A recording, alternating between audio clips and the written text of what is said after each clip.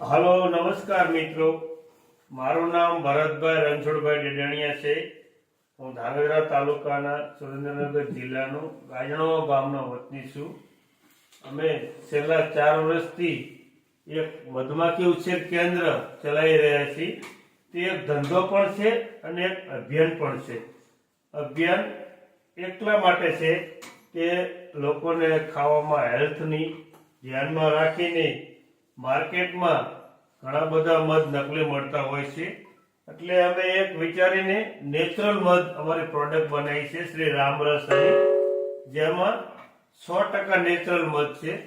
આ અમે નેચરલ મધ એ મેળવીએ છીએ તે તમને કહું છું કે જે વરિયાળીની વાડી હોય તો વરિયાળીનું મધ મળે છે, અજમાની વાડી હોય અહીંયા અમારા બોક્સ પડ્યા હોય તો અજમાનું મધ મળે છે, તલની વાડી હોય અહીંયા અમારા બોક્સ પડ્યા હોય તો તલનું મધ મળે છે.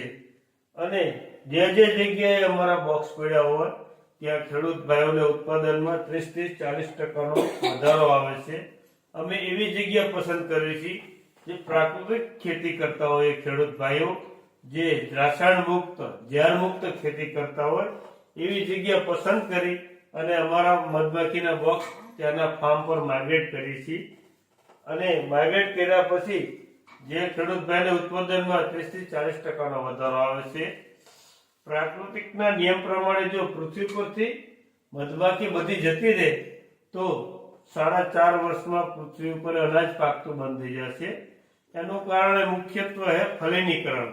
મધમાખી જ્યારે એના ઘર પરથી કામ પર જાય છે ત્યારે 300 થી 400 ફૂલમાંથી બેસે છે.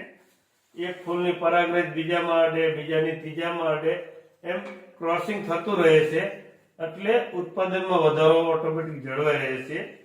પર્યાવરણમાં પ્રાકૃતિકના નિયમ પ્રમાણે 80% મધમાખીનો ફાળો છે અને 20% હવા એટલે પવનથી ફલિનીકરણ થાય છે. એટલે આ એક અભિયાન પણ છે.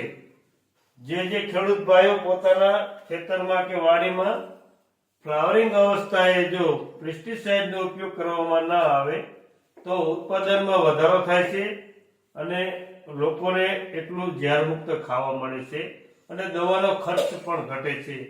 એટલે મારી એક શ્રી રામરસ મધમાખી ઉછેર કેન્દ્ર તરફથી નમ્ર ખેડૂત ભાઈઓને અપીલ છે કે ફ્લાવરિંગ અવસ્થા દરમિયાન પેસ્ટિસાઇડનો ઉપયોગ ન કરતા. Thank you.